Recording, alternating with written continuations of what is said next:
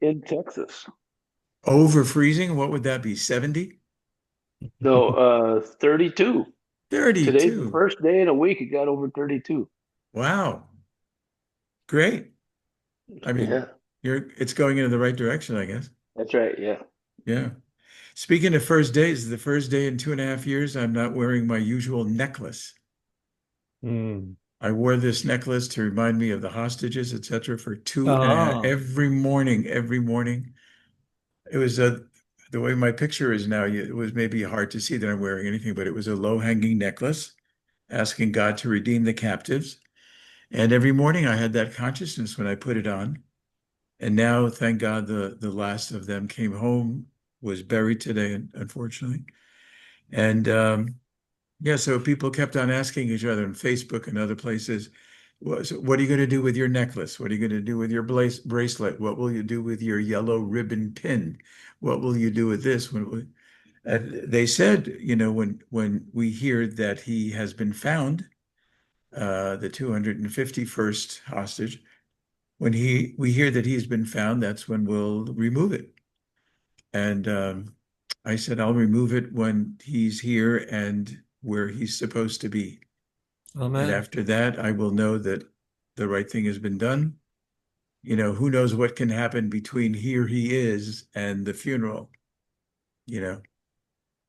So that's what I did today. And Rabbi, yeah, go ahead. I heard yesterday, I was talking to a man from Israel, and he said that a team of IDF medical people went into that particular cemetery and they dug out all the bodies and examined the teeth of every single body. And Ran Gavili was the last one they looked at, and it was him. So it was a Yes, really bit of a miracle. I don't know it's if you'd every heard every that. bit of a miracle. This is true, and this is going to enthuse Bob, who likes gematria. Is that what you said last week? Was it you, Bob? Said you like gematria? So gematria of the Hebrew word ron. It's a resh and a nun. The value of the resh is a 200, and nun is the value of 50. Oh, So wow. his name spells 250, and he was the 251st grave to be opened, and there he was. Wow. Mm. What exactly that means, people will debate it. Does it mean Yes. anything, something, nothing, everything? I don't know. Everybody has their opinion about gematria and letters and numbers and their value, their impact. How do they add up? It's missing three. But I found that to be very interesting, that Yes. he was either 250th, 251st grave that they opened was Ron. Wow. Yeah. Okay. This is called a schmooze. Have you ever heard that term? Schmooze? Oh, let's sit down and have a schmooze, like we're chatting. We haven't even gotten to Pirke Avot yet. Uh, but 9 out of 10 Jewish people say schmooze. That's a Yiddish word, isn't it? And the answer is no. It's a distortion of the Hebrew word shmuot, which is news. Hey, Oh, what do you, shmuot, for the Hebrew word lishmoa, to hear, to listen. What have you heard? So people sit down and schmooze about the hearings. What have you heard? Let's schmooze about things we've heard about. So this was a schmooze. And now I guess we'll go um, to our appointed task, which is Pirke Avot, the ethics of the fathers. Like I said last week, we have just a handful of lessons from the Pirke Avot left. We have a couple of more teachings from chapter 5. Then we have a handful from chapter 6. Then we'll do a roundup of what I consider to be some of the more important ones that we learned throughout our course of study. And then we'll make a choice. My wife, Rivka, will make a survey. She will create a survey asking questions like, would you like to continue meeting? On what basis? What day? What time? Topic? Do you want to take a break between now and the next time? Whatever. She will send out a survey. You'll have a chance to express your feelings and your desires. But until then, we will continue to the end of Pirkei Avot. So this is now, if you're looking at the Chabad link, this is now chapter 5, Mishnah or teaching number 16. And this next teaching is one which I quote very often when I do marriage counseling. So as a practicing pulpit rabbi, I did a lot of marriage counseling and officiated a lot of weddings.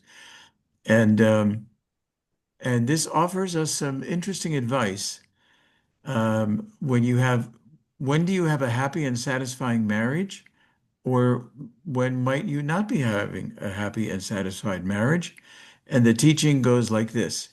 If love depends on a specific cause or detail, when the cause ends or the detail ends, so could the love. We'll explain that. If love does not depend on a specific cause or detail, then that love can last forever.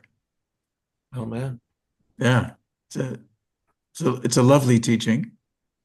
So what does this mean in a nutshell? It means to say, and by the way, the author of this says it very unequivocally. I threw in the words, it can lead to a life of, or it may not lead to a life. He's very unequivocal in his Hebrew. It leads to, or definitely leads to a different kind of life if your love depends on stuff, on things, on details of the other person. So in a nutshell, what does this mean?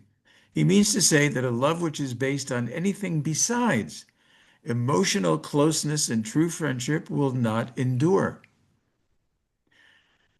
So, for example, superficial motivations create only temporary results. The emotion of love is based only on a temporary need or one of my favorite words, mercurial detail. Mercurial, like mercury that can go up and down, such as the beauty of others. If what you've fallen in love with is the beauty of somebody else, but not much more, you're enamored. You're enamored with them. So that at the end of the day, and you're both ready to go to sleep, each one removes their makeup or whatever they have to remove, and you don't know whether to sleep with what they removed or sleep with them, you know? I sleep with the dentures, the mascara, and the wig, or whatever. These are mercurial kinds of things. Or the financial status of the other. If that's what's drawn you, and that's the main thing, that could be a worry. Or the favors that they do for you. You're not really that drawn to them, but they're very kind and they do nice, kind things for you. The author of this teaching says these facets are mercurial because faces sag. I don't know if you've noticed this. And people age, and money can be lost in an instant, and the favors can dwindle. You like them for the favors they do, but they're not doing them that often anymore. Or they're not that capable as they used to be to do those same kinds of favors for you. So if love is based on these details, there's little chance. Now, those are my words. The author says there is no chance, but I like to take the edge off of statements like that. He says there's little chance that the love or the marriage will survive. So if it's based on solid, not mercurial, changeable details, your love can survive. If it's based on details that can change and you're only attracted to one or maybe two characteristics about them, but there are also things that can change drastically over the years, etc., that may not have a very strong chance of survival. Does it mean it can't survive? I'm sure people have made it survive with whatever kind of thinking about it that they may have. I'm sure they have survived. Is it the best situation? He would say probably not. So any attachment which is based on physical and material needs alone is likely to wane as time goes by. Who sang that song? As time goes by. Wasn't that a famous song? You must remember this. A kiss is just a kiss. A smile is just a smile. The sentimental things that pass by as time goes by. I don't remember who wrote it, but I can find it in 5 seconds on Google. Anyway, it's a biggie. It's a big song. Um, yep. So when there is love and partnership, teamwork, somebody once said team stands for together, each accomplishes more. Team. When there's that sense of teamwork, it can survive just about any challenge. If you're in it for the long haul and you love many aspects of that person, there's a great chance of long-term survival. Bob, you and Valerie hit 50 years or next week? You're you are muted. Yeah, we already hit it January 1st. January 1st. Is that beautiful? Wow. Beautiful Yep. milestone. Congratulations. Thank Yeah. you. Got married Mazel on tov. January so I could remember our anniversary. That's it. That's Well, cheating. God is good to you. Wow. That's great. Mazel tov. That's a beautiful, beautiful milestone. So love is like a tire of a car. How, you ask? Which, even though it may go over broken glass or heaps of nails, it doesn't necessarily deflate. Love is a reservoir that doesn't dry up when other aspects of life do dry up. And a love that's based on unselfish attachment, based on mutual respect, unquenchable desire to be together through thick and thin. This is a love that can last a lifetime. Somebody once said, if you don't really like each other that much, you can go on a 4-day vacation. It's not satisfying. If you're wildly in love with each other, you can go mail a letter together and it feels like paradise. Has anybody recently mailed a letter? Do people still do that? We got stamps in a drawer. I haven't used it in years. Okay.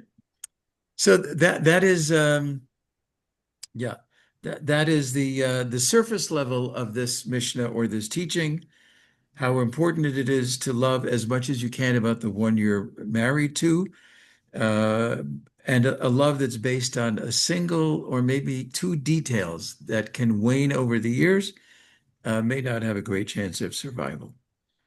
One of our Jewish commentaries says that a love that cannot be articulated is this kind of love. So that if one were to be asked, why do you love your children or your spouse? It's possible that you really can't put a finger on the why. It's unconditional. It's at the heart. It creates a tingle and an insuppressible feeling of pure joy. I don't know if you'd agree with that. You may say, well, if you can't articulate your love for the next person, maybe you're lacking it. Uh, he is saying that no, it's just sometimes it's so multi-level that you can't really you can't put into words. Any quick thought on that? Somebody can't put their love into words. Would you say, oh, I think that's in trouble, or would you say, wow, that's beautiful? Patrick, what were your thoughts on that? Well, just maybe the difference between men and women. I think general rule is women are more emotional than men, and men, and I'm not being unkind to any ladies, are probably more unemotional and logical. So I think we're and love, in a way, there's a high emotional element. So I think for men, it's often difficult to express love in a really colorful way, other than to say I love you, which you might mean with all your heart, but there's not lots of color about it. It's just a simple expression. Whereas I think women love it if it's really flowery and romantic and stuff like that. So it's a difference between the sexes, I think, in a way. Oh, interesting. It's a kind of like gender related. Yeah, But because I think men are built different, tend to be built differently from women. I've noticed. Yeah. Just saying. That's just my off the cuff opinion. No, I think there's something to that. I think there's something to that. I'll Yeah. I'll just add that Yeah. I agree that it's hard to explain sometimes because so my wife and I we met in high school Oh, and got married after college, and so been married 22 years, and beautiful. I'm often asked, oh, your high school sweethearts like that young, how did you know? And I was like, I don't know if I can explain it to you. Like you Yeah. just kind of, if you know, you know. So I agree with the whole, sometimes it's hard to explain. Sorry, can I add a postscript? Yeah. Yeah. But you're Yeah. right, John. When you know, you know. And, you know, I don't, in a fit of sarcasm, one might say, I knew it. And if I can't explain it to you, so sorry. Too bad. What can I tell you? But it was there, is there, and we hope it'll last forever. Yeah. There was a verse that the preacher quoted at our wedding from Oh, Ecclesiastes that said, "A threefold cord is not quickly broken." And I think the point that he was especially making, when it's around the noose. I don't think he was, but I think he was saying that a marriage that has God in it Yes. is far more sustainable than a marriage without God. And I think that's a very deep truth. Yeah, that I think you're right. It comes from Ecclesiastes. I could find out in 5 seconds on Google exactly where. Yeah, that imagery of the three-ply cord is not easily broken is also used probably, well, in our faith, it's used as an example of um, the question has often been asked, how do you know if you've been successful as a faithful Jew? How do you know if you've been successful as a faithful Jew? And many people give the answer if your grandchildren are. Mm, So it's the parent, parent, son, grandson, parent, mm, daughter, mm. granddaughter. Yeah, very That good. would be the three-ply cord. Very good. When the parent passes it on successfully to a child and they pass it on successfully to their children, Yeah. that's your three-ply will not easily be broken. But there's as speaking as a dad of four kids, there's lots of things you can try to be a successful dad, but there's no magic formula, is it? Is at the end of the day, it's you put a lot of effort and toil and also prayer in and hope that what you try and impart to your kids is successfully received. Yeah, no question. I've never read the formula that's been successful to make sure that you pass it down as you would like to pass it down, No. uh, that you can do it successfully. Yeah. You can pack the scale on one side or the other. Mm. In our experience in our family, we have two girls, and they both went to Jewish day schools, 12 grades of most of the day Jewish studies, and then, what we call secular studies. Um, they went to Jewish day camps all the time. Their friends were by and large Jewish. The neighborhoods we lived in were by and large very Jewish. One daughter, she bought the package, hook, line, and sinker. Um, we didn't twist arms. She bought it. She loves it, lives it. The other daughter, not the same. That's a good way to put it. Not the Yeah. same. And we have no less love for her than we do for our older daughter. No. But Quite. the younger one is slowly, I'm not saying she's coming back to observant Judaism, Yeah. but her Jewish identity ever since October 7th has been really, really growing. Wow. So that makes us feel very, very good that she's like, she's in the circle, if you know what I'm Wow. saying. But you're right, there is no successful. There's uh, elements of success that you can do, Mm. but Mm. there's no guarantee. Yeah. That's a good thing to point out.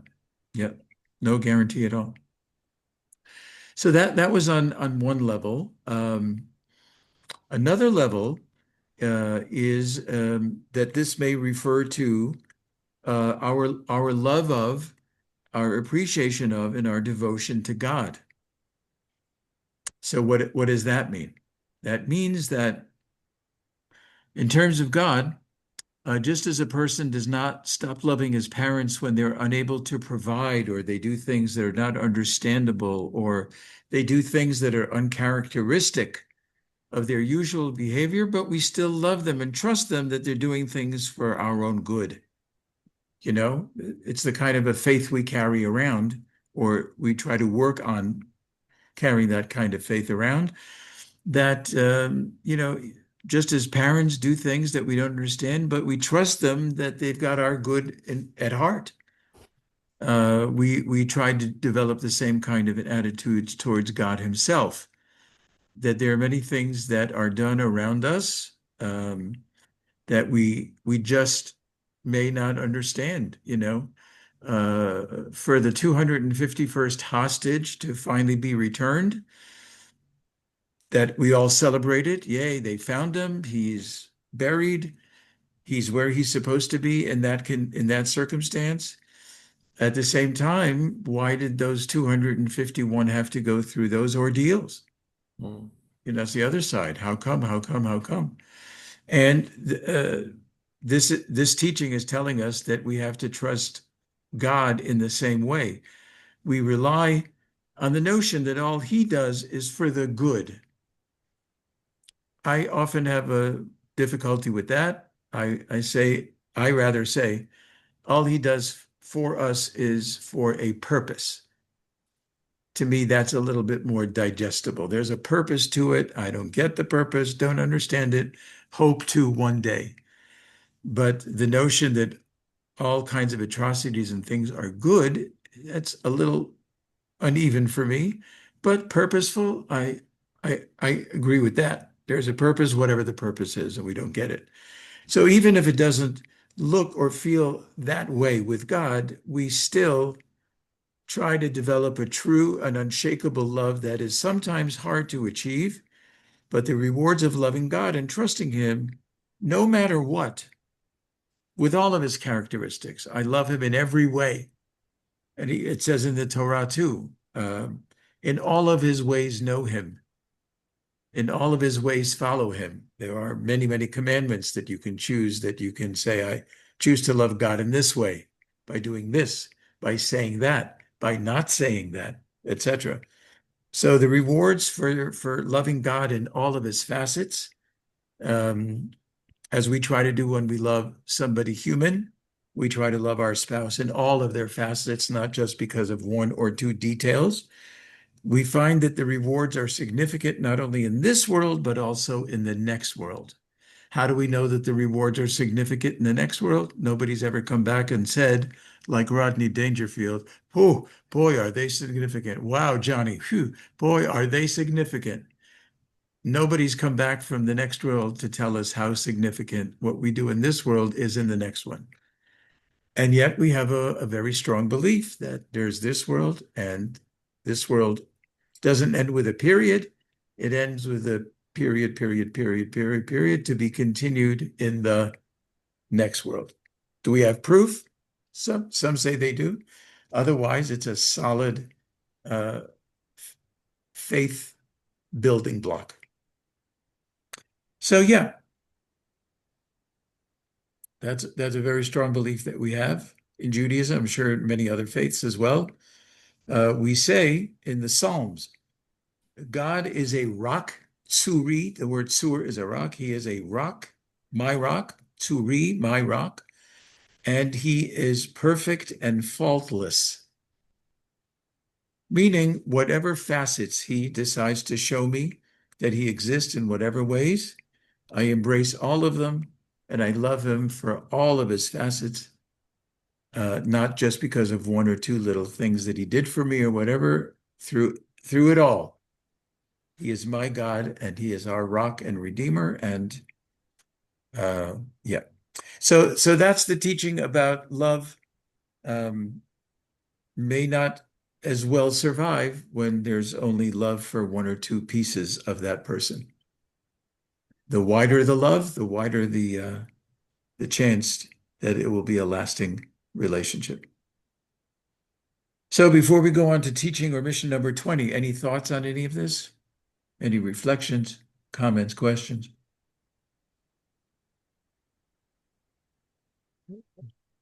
Let me ask you this. Could you have written this? Like, I guess what I'm really asking is, do you feel that this is, this is like, love 101? Amen. I Or agree do you with feel that. like somebody had to, it's good somebody said it, because now that I hear it, there's a lot of truth to that. Or do you feel like this was a nice Hallmark card Nice job, you know. But I could have written it. Out of my own experience, I could have written it. So do we really need this teaching? Bobby, what Well, did you want to say? And then we'll go to Patrick. sorry. Yeah. Um, Around Christmas time, our kids, grandkids all came over to be with their dad here where we stay. And so we were all together, and one of the grandkids asked, Granny and Grandpa, how did you guys stay together for so long? You know, because we were approaching our 50th in December, of course, Oh, is a month off. And I said, well, the way you do it, you got to put your woman in her place. And they kind of smiled at that. I said, yeah, you tell her, now, woman, get in here and eat this breakfast I made for you. And let me get out of that laundry room. Let me do the clothes, or let me do the dishes. You know, you put her up in her place. that's And lovely. but then we told her, and the second thing is, we married our friend. We were very good friends, and we got Mhm. married. Wow. Beautiful. Beautiful. Yeah. I like that interpretation. Put her in her place. Yeah, Patrick, you were going to add something. Well, I love the sentiment in this teaching, and I think it's essential to who God is. God is a loving God, and so and God loves unselfishly, without anything in return. So I totally sign up to it. So you've given this teaching a bit of a boomerang in the sense that not only are we to work on loving God in all of his facets, even the ones we don't understand, we don't get, why did you do this? How come this happened, etc. What you seem to be adding is that God also invests that kind of love in us I with all agree. of our failures, with all of our shortcomings, with all of our foibles, one of my favorite words. I agree. With all that we are, with the mix of all that we are, the good, the Mhm. bad, the ugly, whatever, he still invests his eternal love in each and every one of us. It's a Yes, two-way street. We invested in him, and he also invested in us. He loves us unconditionally. I agree. Okay, that's a good part to add. I like that. Yeah. Alrighty. Any other thoughts before we leave this teaching? Okay. So at this point in the fifth chapter of Pirke Avot, we have come to the end of all those teachings with a number, 7 things, 10 generations, this, 4, 3, 9, whatever it was. And we've come to the end of the teachings that are anonymous teachings. And now we move in a slightly different direction. And this teaching is from Rabbi Judah, the son of Tema. And he is mentioned just this one time in the entire Mishnah, the entire oral law. This is the only time he gets the spotlight. We know very little about him except for this teaching. And I think it's a pithy teaching that packs a punch, not to be alliterative. So what is the teaching that's pithy and packs a punch? He says, be bold as a leopard, light as an eagle, as swift as a deer, and strong as a lion, to do the will of your Father in heaven. I'll say that again. Be bold as a leopard,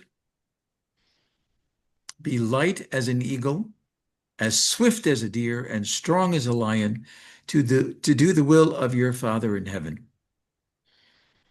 So apparently, what he's trying to focus on is that we know through our various faith texts what our Father in heaven is looking for in us. We know what he would like to have us do in order to be faithful of our faith tradition. And he's saying that you should be bold, light as an eagle, swift, and strong to go do that will. Whatever that will is, when God presents you with an opportunity to connect with him, like these 4 different animals, go and be the quickest, the fastest strongest to run towards it and don't let it go by. Don't let the opportunity go by to do that connection. So one thing we note at the start of this lesson is that Rabbi Yehuda, the son of Tema, the very least is that we can learn from the animal kingdom. How do you like that? We can watch them intensely and keenly and see how their strengths can inspire us to do the will of our God in heaven. Just by watching them. This is an echo of a previous teaching we looked at, which said, I can learn from everyone and everything. I can learn from everyone and everything. Every situation I look at, I can learn from it. Last 2 weeks with my high school girls that I teach in Beit Shemesh, is about a 40-minute drive from Efrat. We have been studying Mother Goose nursery rhymes. Isn't that a great Jewish thing to focus on? I mean, Mrs. Goose was 400 or 500 years ago. She was not Jewish. There's not a Jewish element in anything she wrote. But we had 2 weeks where the theme was, you can learn from everyone and everything. What can we learn Jewishly from Mother Goose rhymes? And we did about 6 different ones, Rockabye Baby, Old King Cole, and stuff like that. And the point of it all was, even from something that has no Jewish content or value, we can learn Jewish lessons. And then I told him this week, I said, you can learn from anything. I noticed that somebody had dropped a piece of paper near my desk and they didn't pick it up. This was in the previous class. It wasn't like they just let it fall and didn't bother with it. It was on the floor. I said, if you put a gun to my head, which I appreciate you're not doing, although they may have been tempted to do so over the last several years, if you put a gun to my head, I could create a Jewish lesson out of this piece of paper that's on the ground. The way you have your lunchbox open and the things you've taken out of it, there's a half-bitten apple. I could create a Jewish lesson out of that. And they're looking at me like, what are you talking about? So I didn't give them any particular examples. I said, I'm looking around this room. I could give you a Jewish teaching about everything in any detail. I'll find you a Jewish context. They had no idea what I was talking about. But I really believe that to be true. For Judaism, I can't speak for any other faith tradition, but for Judaism, I could find a lesson on everything going on. So yeah, you can learn from anything and from everybody. And everything that God created can be an inspiration for a spiritual connection, even watching animals. The leopard, the eagle, the deer, the lion, they can be our teachers, as we're going to find out from Rabbi Judah, the son of Tema. It's interesting to imagine that the next time that you go to a zoo, has everybody here ever been to a zoo? Okay. Next time you go to a zoo, try to imagine you're watching various animals and what that animal, creature, whatever, can teach you in a spiritual way. I'm not saying I'm prepared to go into this now in any length whatsoever, but you're watching an elephant, the whole thing with the trunk, and can an elephant, can watching a leopard, can watching a penguin, enhance your faith life? And Rabbi Judah ben Tema seems to be saying, you might think I'm crazy, but my answer is yes. There are also sources in the Talmud, and I could find them for you in 5 seconds on Google, sources in the Talmud that describe the various things we learn from various animals and how they are intimate with each other and how they help each other. There's a listing in the book of Leviticus, the 3rd book of the 5 books of the Torah, and it says that the following animals are kosher animals. You're allowed to eat them. And the following animals you may not eat because they are not kosher. And one of them is called a chasidah. That's the name. It's kind of like a flamingo or something like that, a chasidah. Now, if you may be a little familiar with the Hebrew word chasid or a chassid, So you walk in very religious neighborhoods of New York, New Jersey, Israel, and you'll see Hasidic Jews, Hasidic Jews. Many of them, wear payas, the side curls, maybe a black hat, a black coat. Many of the women cover their hair with a cloth or a wig. On top of the wig, there's a hat. And you can tell this is a Hasid from a Hasidic community there are hundreds of Hasidic communities. So many of our Jewish commentators say, wow, this is astounding.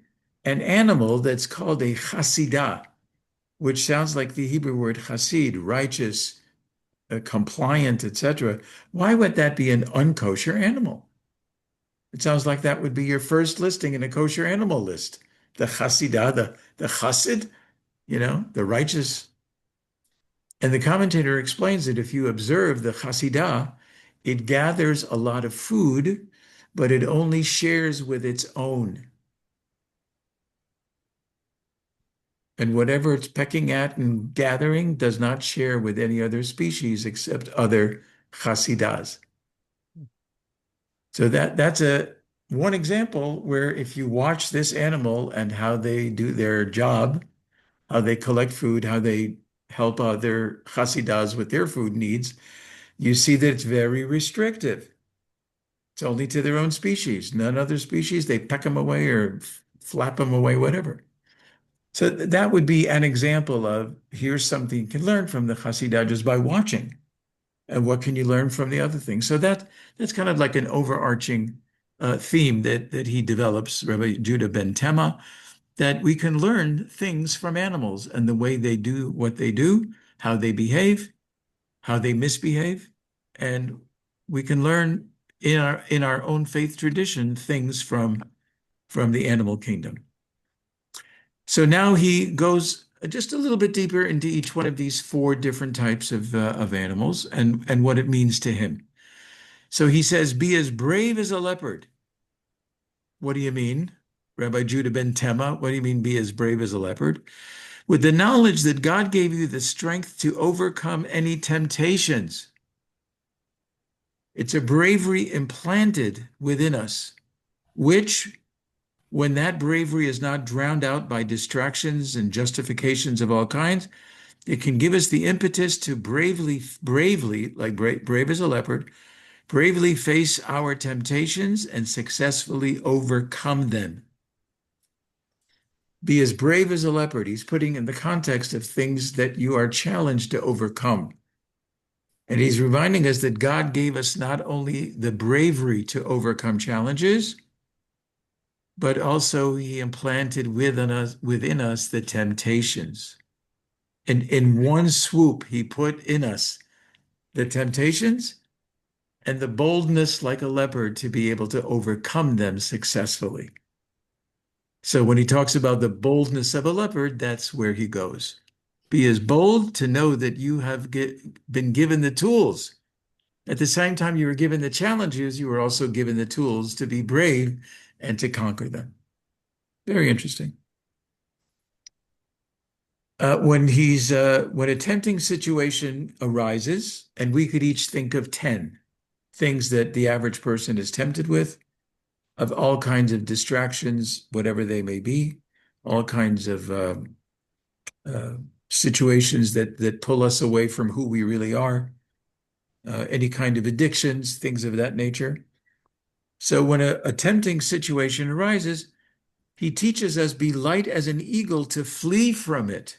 Flee, be light as an eagle that you can get away from that situation. Are we saying it's easy? No. But God has implanted within us the ability to flee from that immediately. And the longer you stay with that temptation, the harder it will be to avoid or recoil from it. So we've been given the opportunity to be light as an eagle. Right? Is that where we were? The light is an eagle. To flee, overcome it, and you can zoom away from it. Now, you may need help. You may need all kinds of emotional and physical support. You may need all kinds of clinician-assisted situations. Get it. Go get it. Go get it. because you can be light as an eagle to flee from it. That's what he says.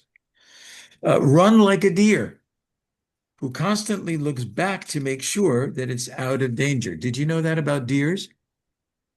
As it's running, it constantly looks back to make sure that it's like running fast enough that there's no danger behind him. Constantly checking.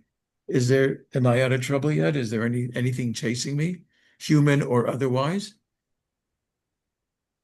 So Rabbi Judah ben Tema, he reminds us, don't rely on the fact that you defied a temptation once, because the evil inclination that works overtime to steer us in the wrong direction will never give up trying to trap you. That's why you should always look behind you like a deer, because you thought you got rid of it.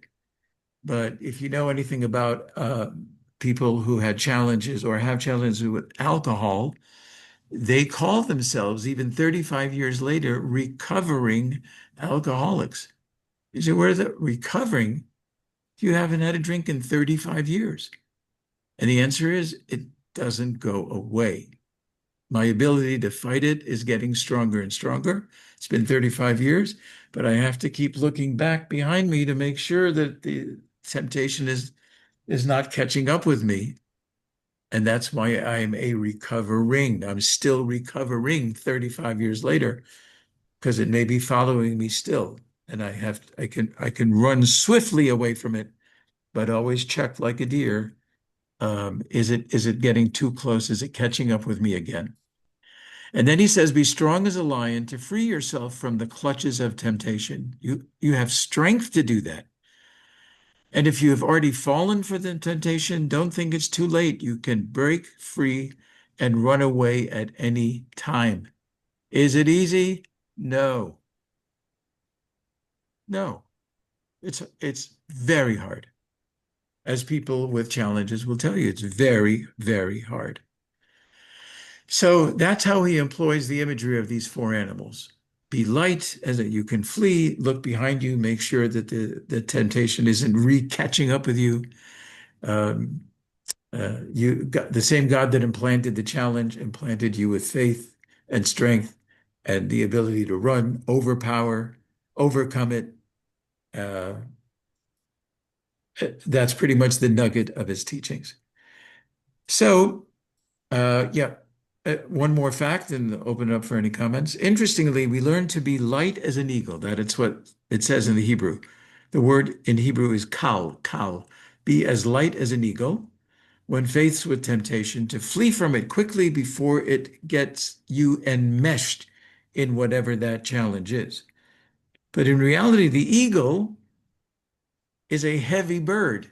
Now, have I lifted an eagle? Never. Happens to be that the word Adler in German means eagle. But other than that, I have no connection to eagles, except Philadelphia. Doesn't Philadelphia have a football team called the Eagles? Yeah, that's the only connection I have to eagles. And I don't think I've ever watched them play. But growing up in the Boston area, I don't need to go anywhere but Boston for hockey. I don't know if they still have a hockey team, and basketball, baseball. Wow. Anyway, in reality, the eagle is a heavy bird, some weighing up to 15 pounds. So why are then we instructed to be light as an eagle? An eagle is 15 pounds. It's not exactly the lightest species that we could point to. So the commentary says that the Hebrew word for light, or kal, light, be light as an eagle, has another meaning, which is the word easy. What's that got to do with anything? An eagle has they have long and powerful wings, which give it the ability to soar to great heights. For them, you look at them and say, it's got to be hard to soar up there with the other eagles. It's got to be hard. You're a 15-pound bird. How easy could that be? But the eagle would explain to you and say, but I've got powerful wings that even though I'm 15 pounds worth of eagle, I have powerful wings long enough that they can make me soar up there with all the other eagles. So to me, this is a great lesson for all people who face challenges in our service to God. Even if our challenges seem heavy, as an eagle actually is? By giving ourselves wings, being positive, having a good attitude, we can overcome the challenges with greater ease and eventual success. Again, easy? No. Very, very hard. Very, very hard. But, if you turn to the right people, if you turn to the right groups, the right resources, and I think that's where many people fail when they're dealing with all kinds of challenges that are, threatening to overtake their life and the life of their families as well. I think that's one of the big challenges is that people don't get help. Do I have anecdotal evidence for this? Like percentage of people who deal with challenges but don't get help? I don't. Probably within 5 seconds on Google, I could probably find it. But this is my gut feeling. People may not be willing to quickly admit that they have X, Y, or Z, and they don't seek help. And there's plenty of help all around. So be as swift as an eagle to go use your long wings, extend your wings, ask for help, get clinical care, physical care, emotional care, spiritual care, whatever you need, just go out and get it. And that will make your flight with the other eagles a lot more possible, even though you're a heavy bird and carrying a heavy burden. No pun on the word bird and burden. Okay, any thoughts about this teaching? Yes, Rabbi. Go ahead, Robert. Yes, yes, sir. While you were speaking, I was thinking about Noah in the ark and all the different animals in the ark. Yes. And I thought about the purpose. Oh, Why would the Lord create animals first, and then eventually man should learn from those? Now, the best indicator for me is to see kids with pets.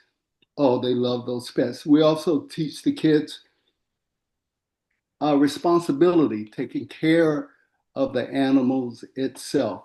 Or a kid who lives on a farm where he gets used to many different animals, and there's got to be a direct correlation in learning, from the animals. Just basic characteristics, um, times and seasons of the animal's life.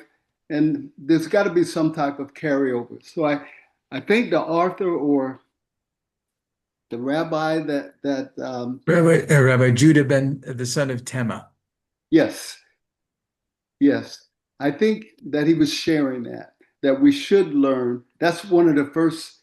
Um, what's the right word for it? It's one of the first indicators of learning that I think would be appropriate. So that's my thought on it. That's a very interesting thought. I never thought of that. So some of the Jewish commentators explain that as God created the world, he created I don't mean this to be an editorial remark, he created the less important to get to the crescendo of creation, which is the human being himself, herself. So he's kind of building. Yes. So in that sense, it's always been viewed that the animals are wonderful, etc., with all their great qualities. Um, are they as important as humans? I often ask this of my classes when we do moral and ethical dilemmas. You see a dog is drowning, and right next to that dog is a person drowning. You can only save one. There's a person. You may not know the dog, you may not know the person. Which would you save? Assuming you could go in and save one, which would you save? I'm often astounded by how many would say the dog.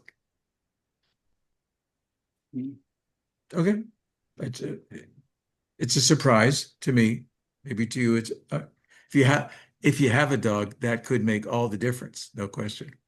But according to the many Jewish commentators, there's clearly an ascending order, if you will, of creations. And the crescendo of that is the creation of the human being. God infuses his breath of life into that human being, and that's where everything begins, where mankind has a choice, mankind has a conscience, etc. But that's interesting. Yeah, why would God have every type of animal species, cockroach, fly, and all that? I'm assuming all of those entered the ark as well. Why would he want all of that preserved? And you're suggesting maybe it's to reinforce this teaching that every one of those things on the ark has what to teach us independently, because we can learn from everything and everyone. And if we Yes. abandoned one species, we'd be missing something. Yes, and we also have dominion over animals, and that's for a particular purpose and a reason. I think there's a really truly direct correlation between man and animal and learning from them and getting to be a better person. But I really love it when I see kids uh, with animals, and especially farm animals. There's something special there. Oh, And yeah. and the last thing I like to share, if we remember President Bush, who passed away, um, he had a dog, a CNI dog, I believe it was. And when when the president passed away, the dog stayed at the bedside of the president, and he Yes. did it for many weeks. And I didn't know exactly how long it was, but it was just something about that bond and love for an animal. And I'm sure many people learned from that, and it gave them a pause and pondered that. So it's really amazing about That animals. is amazing. I want to thank you for using the word dog and pause in the same sentence. That Yeah, always gives me a tickle. Um, yeah, when I was a synagogue rabbi overseas, where you are, I did often visited nursing homes, elder care. yes, And the yes, day that Chucky came in, Chucky the whatever he was, wow, wow, they couldn't wait for him. Chucky comes in. Everybody's been given a little treat to give Chucky. He comes over, he sniffs, he does, you know, and it revives them like you've never seen them before. You say, wow, look at you. Mrs. yes, Horowitz. I see you've come to life.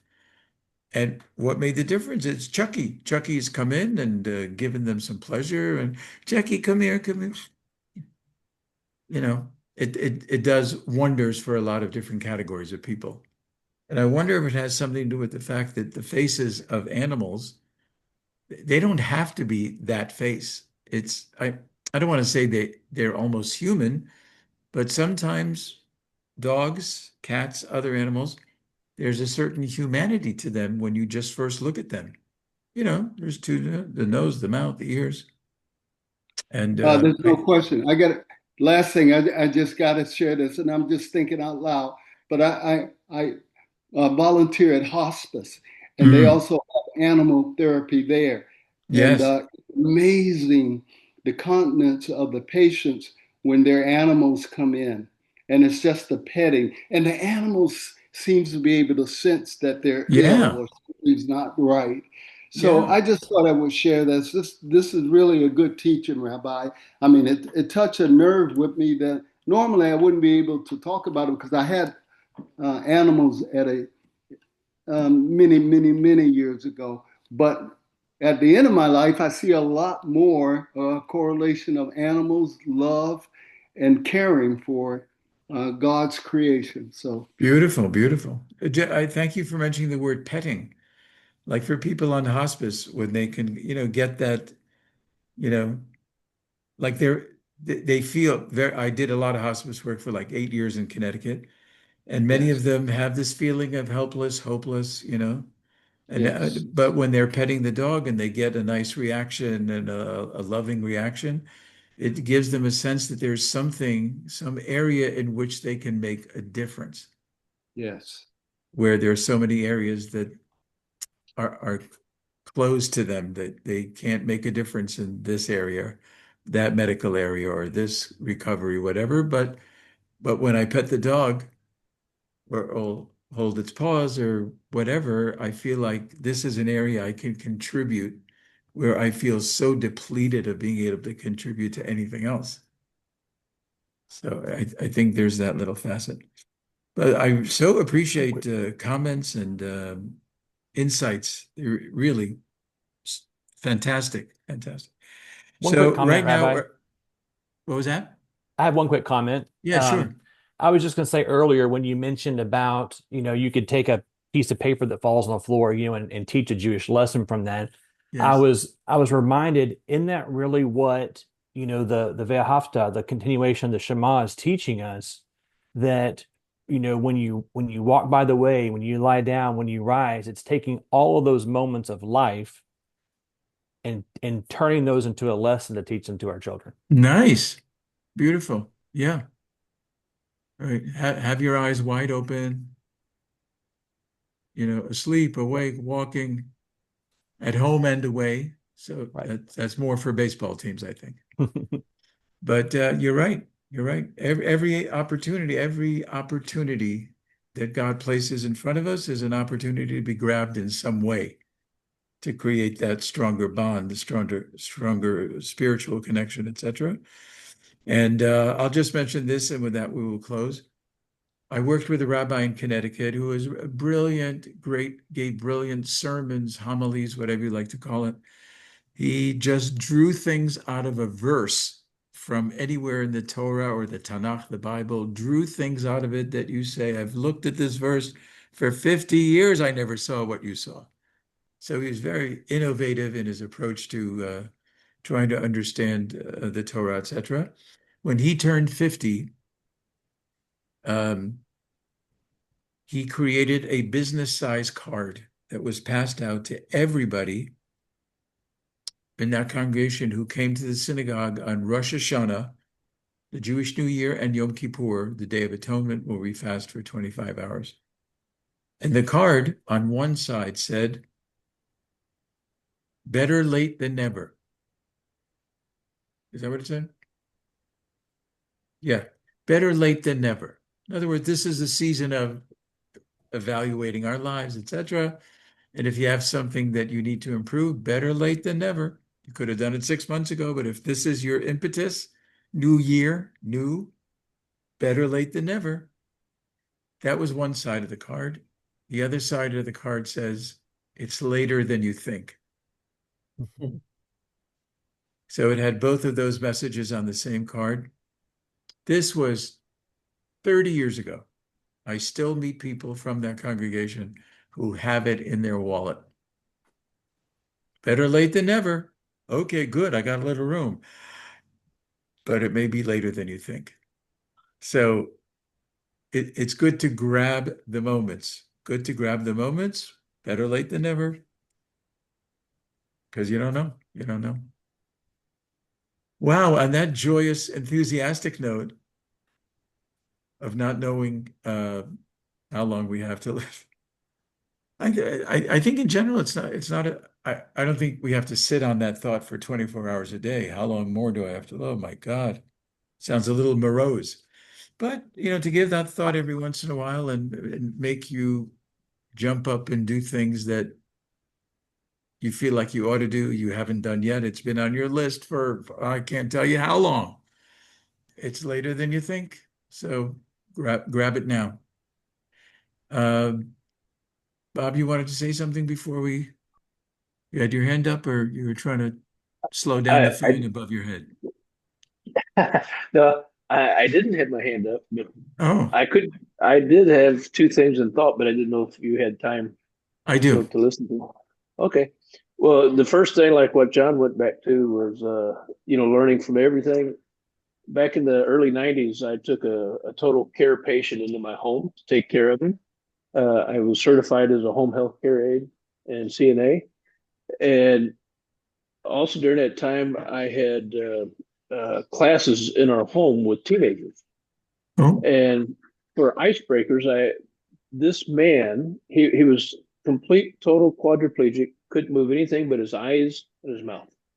wow. And but Did he have a every tra week did he have a trach? he had a trach that was healed over, Okay. and he's fed through the stomach. And but every week I had a lesson to teach the kids, like an icebreaker, because of something he taught me during the week. from taking Wow. care of him or something happened to him. And one of them, real quick, was he woke me up at 2 in the morning. Bob, I had a baby monitor in there. I ran in there. What's wrong? It's my nose. What's wrong with your nose? It itches. So I screamed, no, the other side, the other side. And oh, thank you, Bob. He said, I'm so sorry I woke you up. And I said, don't ever be sorry for something like that. So to teach the kids, I said, I want to teach you something new that I just learned that I can do. And I praise God that I can do it. I said, now I want everybody to do this with you. Everybody stick your finger out like this. So all the kids stuck their fingers out. I said, now slowly bring it up to your nose. See if you can touch your nose. Don't poke you in the eye or stick it up your nose. Just touch it and scratch your nose. They did that, and they're all looking at each other like, what in the world? I said, didn't you think that was awesome? And oh, all we did was scratch your nose. I said, let me tell you about the man in the next room. I said, he would give anything if he could do what you guys just did, and you don't even care that you can do it. And just Oh, use that wow. to lead into some lessons. Wow. But the second thing was about the animals. I listened to a study by a rabbi, and he was talking about why did God have all the animals come before Adam to name them, but also at the end it says, and among them he didn't find a helpmeet. Like he's looking at all the animals for a helpmeet too, like maybe kiddingly dating all the animals to see which one would be a good mate. And but he couldn't find a helpmeet from any of the animals. But he brought them all towards he could learn from the animals. For instance, like the monkey, the apes, they look like humans. Very DNA is almost identical, and you could do something, they could imitate you. They're Mm. good imitators. He said one thing you learn from that is we too are supposed to be imitators. What are we supposed to imitate? Well, the righteousness of God. Well, Zadik, the Kof, he says, represents the monkey. Like if the bait, the house, Dalit, door, the Kof, it's a monkey. And he says, but the Sod means to like to control or to harness or uh, build a wall around. I can't remember exactly what he said. Sod means Sadiq, Sod, and the Kof. He says so. It reminds us that just like we could imitate the monkey, but we don't want to be the monkey. We don't want to be the animal. We're higher than the monkey, and he can imitate us, but we are to imitate God. And it Mm. reminds us of something like that. So, and if we just act like monkeys, act like our animal self, then you're not controlling that animal. So to be a righteous one, a righteous person, is one who controls his animal, controls his monkey, and Wow. Wow. Beautiful. So the Lubavitcher Rebbe, he should rest in peace. He used to, in Hasidic thought, there's a lot of discussion about uh, the animal soul within each person. The nefesh habehamit, behema is an animal. yeah, Everybody has that animal soul, while at the same time, everybody has that higher soul that can take the animalistic desires and can turn them into something more productive, more spiritual. Wow. Well, this whole session was so interesting. Um, and I appreciate everybody's comments. Your input was very, very fantastic. So and next week we will continue with another teaching of Rabbi Judah ben Tema, where he reminds us that at every age, a person is maximally equipped to do X. For example, I'll just mention it. At age 5, somebody is old enough to begin studying the Torah, the Bible. At age 10, blah, blah, blah. At age this, age that, and that'll be a very interesting look, and a great, interesting listing of what he identifies as milestones with various ages. So let me thank you for coming and for participating, which I really, really appreciate. And just be well. Shabbat Shalom. Be safe and healthy and warm wherever you are. And let's have a good week until the next time we meet. God willing, next Wednesday. Thank you, Rabbi. Thank you. Okay, you. just take care and be Real well. quick. Bye. Thank you. Bye-bye now.